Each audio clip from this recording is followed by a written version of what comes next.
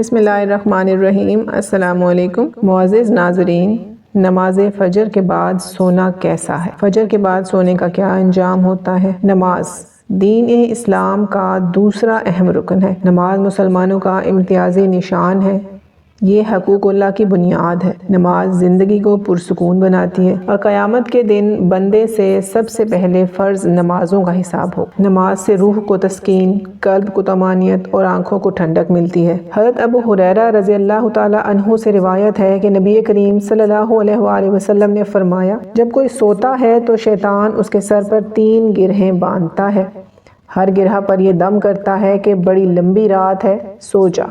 اب اگر وہ بیدار ہو جاتا ہے اور اللہ کا نام لیتا ہے تو ایک گرہ کھل جاتی ہے، پھر جب وہ وضو کرتا ہے تو دوسری گرہ کھل جاتی ہے۔ صبح کے وقت وہ آدمی خوش باش اور تازہ دم ہو جاتا ہے، ورنہ بد مزاج اور سست رہتا ہے۔ شیطان انسان کا کھلم کھلا دشمن ہے۔ وہ یہ چاہتا ہے کہ انسان کسی قسم کی بھلائی حاصل نہ کرے، کیونکہ وہ صبح کی نماز اور اس کی برکات سے بھی واقف ہے، اس لیے وہ انسان کو نماز سے روکنے کی پوری کوشش کرتا ہے کہ وہ ابھی سوتا رہے۔ ہم سب جانتے ہیں کہ خود کو بستر سے اٹھانے اور وضو کرنے تک ہمیں کس قدر مسلسل اندیکھے دشمن کا مقابلہ کرنا پڑتا ہے، اور اگر انسان نماز شروع کر دیتا ہے تو تمام گرہیں کھل جاتی ہیں۔ نبی کریم صلی اللہ علیہ وآلہ وسلم نے فرمایا، اللہ تبارک و تعالیٰ نے میری امت کی برکت صبح کے وقت میں رکھی ہے۔ بالکل ابتدائی وقت میں فجر کے بعد کاموں کا آغاز کر دیں، اس میں اللہ برکت دے گا۔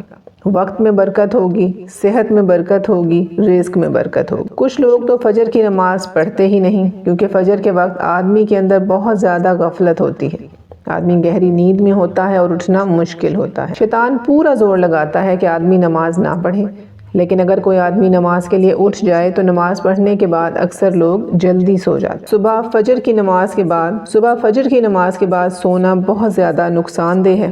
شرعی لحاظ سے بھی یہ نقصان دہ ہے اور جسمانی لحاظ سے بھی یہ نقصان دہ ہے۔ جو لوگ فجر کی نماز کے بعد فوراً سو جاتے ہیں، ان کو اس بات سے رک جانا چاہیے، بلکہ تھوڑی دیر انتظار کر لینا چاہیے تاکہ وہ ان نقصانات سے بچ سکیں۔ فجر کی نماز کے بعد سونا ناپسندیدہ عمل ہے، علماء کرام سے اس کی ممانعت منقول ہے۔ نارمل حالات میں اگر کبھی بہت تھکاوٹ ہو تو سو جائیں۔ اب صبح فجر کی نماز کے بعد جلدی سونا، اس میں کیا نقصان ہے بھلا؟ اس کا جسمانی نقصان تو یہ ہے کہ صبح فجر کے بعد سورج نکلنے تک ایک ایسا وقت ہوتا ہے جس کے اندر ایک خاص قسم کی ہوا چلتی ہے۔ اس ہوا کے اندر آدمی اگر باہر نکلے، باہر کے ماحول میں تھوڑی دیر ورزش کرے، چلے پھرے، تو وہ انسان کے لیے بہت فائدہ مند ہوتا ہے۔ جو لوگ صبح سوئے رہتے ہیں وہ اس چیز سے محروم رہتے ہیں۔ اور صبح فجر کی نماز کے بعد فوراً سونے کا ایک اور نقصان یہ ہے کہ جو آدمی فجر کے فوراً بعد سو جاتا ہے اس کا ذہن کمزور ہو جاتا ہے، اس کو کوئی چیز یاد نہیں رہتی، یادداشت کے اندر کمی آتی ہے۔ اگر آپ اس بات کو آزمانا چاہتے ہیں تو آپ کسی ایسے بندے کو دیکھیں جو فجر کے فوراً بعد سو جاتا ہو اور اس کا ذہن کافی کمزور ہوگا، ذہن میں کوئی چیز ٹھہرتی نہیں ہو، تو اس لیے فجر کی نماز کے فوراً بعد نہیں سونا چاہیے۔ ہاں، اگر سونا چاہتے ہیں تو جب سورج نکل جائے، سورج نکلنے کے بعد اشراق کا وقت شروع ہوتا ہے، اگر اس وقت آپ نفل ادا کرنا چاہتے ہیں تو وہ ادا کر لیں، اور اگر نہیں ادا کرنا چاہتے تو آپ سو جائیں، لیکن اس سے پہلے نہ سوئیں۔ احادیث کے اندر بھی یہ بیان کیا گیا ہے کہ اگر کوئی آدمی اس وقت سو جاتا ہے تو وہ برکت والے رزق سے محروم رہ جاتا ہے۔ جو لوگ صبح فجر کی نماز کے فوراً بعد نہیں سوتے، اللہ تبارک و تعالیٰ نے ان کے رزق میں برکت دی ہے۔ اگر ان کے پاس تھوڑا بھی ہو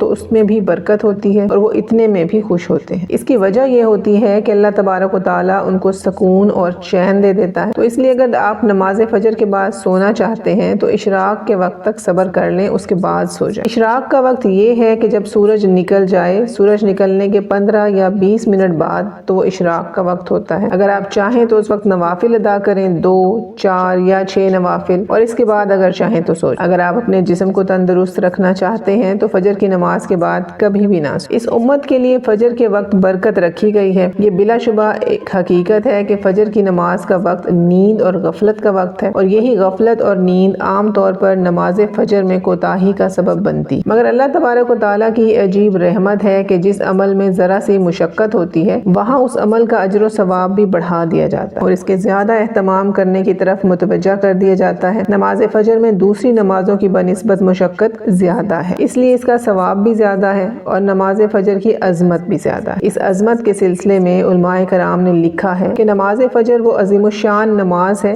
جو کہ اس دنیا میں سب سے پہلے ادا کی گئی، جس کو حضرت آدم علیہ السلام نے سب سے پہلے اس وقت ادا کیا جب آپ علیہ السلام جنت سے دنیا میں تشریف لائے۔ ابو موسیٰ شعرا رضی اللہ تعالی عنہ سے روایت ہے کہ جس نے صبح کی ٹھنڈی رکعتیں پڑھی وہ جنت میں داخل ہو گیا۔ حضرت عثمان بن عفان رضی اللہ تعالی عنہ سے منقول ہے کہ نبی کریم صلی اللہ علیہ وآلہ وسلم نے فرمایا، جس نے عشاء کی نماز باجماعت ادا کی گویا اس نے آدھی رات عبادت میں گزار دی، اور جس نے فجر کی نماز باجماعت ادا کی تو گویا اس نے پوری رات عبادت اور نماز میں گزار۔ کتنا عظیم ثواب اس نماز پر بیان کیا گیا۔ ساری رات جاگ کر عبادت کرنا کوئی آسان کام نہیں ہے۔ اللہ تبارک و تعالیٰ کی شان کریمی دیکھیے کہ جو شخص فجر اور عشاء کی نماز باجماعت پڑھ لے اس کو ساری رات جاگ کر عبادت کرنے کا ثواب حاصل ہوتا ہے۔ ایک حدیث میں نبی کریم صلی اللہ علیہ وآلہ وسلم نے ارشاد فرمایا، اگر لوگوں کو یہ معلوم ہو جائے کہ عشاء کی نماز اور فجر کی نماز میں کیا ثواب ہے تو لوگ اس ثواب کو حاصل کرنے کے لیے مسجدوں میں پہنچ جائیں، چاہے ان کو گھسٹ گھسٹ تک پہنچنا پڑے۔ بخاری اور مسلم میں یہ حدیث بیان کی گئی ہے۔ معزز ناظرین، بعض لوگوں کی روٹین ایسی ہوتی ہے کہ وہ رات کو سو نہیں سکتے، ان کے کام نائٹ ڈیوٹی میں ہیں یا وہ کسی اسٹڈی کے لیے فرصت ہی نہیں ٹائم مل پا رہا، یا کوئی ایسا مسئلہ ہے کہ کسی کے ساتھ ایسی صورتحال ہے کسی کی نیند رات میں پوری نہیں ہو سکتی تو فجر کے بعد بھی وہ سو سکتا ہے، کیونکہ نیند پوری نہ کرنا زیادہ نقصان دہ ہے۔ تو اگر کسی کو نیند پوری کرنے کے لیے مجبوراً فجر کی نماز کے بعد سونا پڑتا ہے تو کوئی حرج نہیں، لیکن اسلام نے اس کو پسند نہیں فرمایا۔ اللہ تعالیٰ ہم سب کو دین اسلام کے مطابق چلنے کی سمجھ بوجھ عطا فرمائے، آمین ثم آمین۔ اگر ویڈیو اچھی لگی تو لائک اور شیئر ضرور کریں اور چینل کو سبسکرائب کریں۔ اگلی ویڈیو تک اجازت دیں، اللہ حافظ۔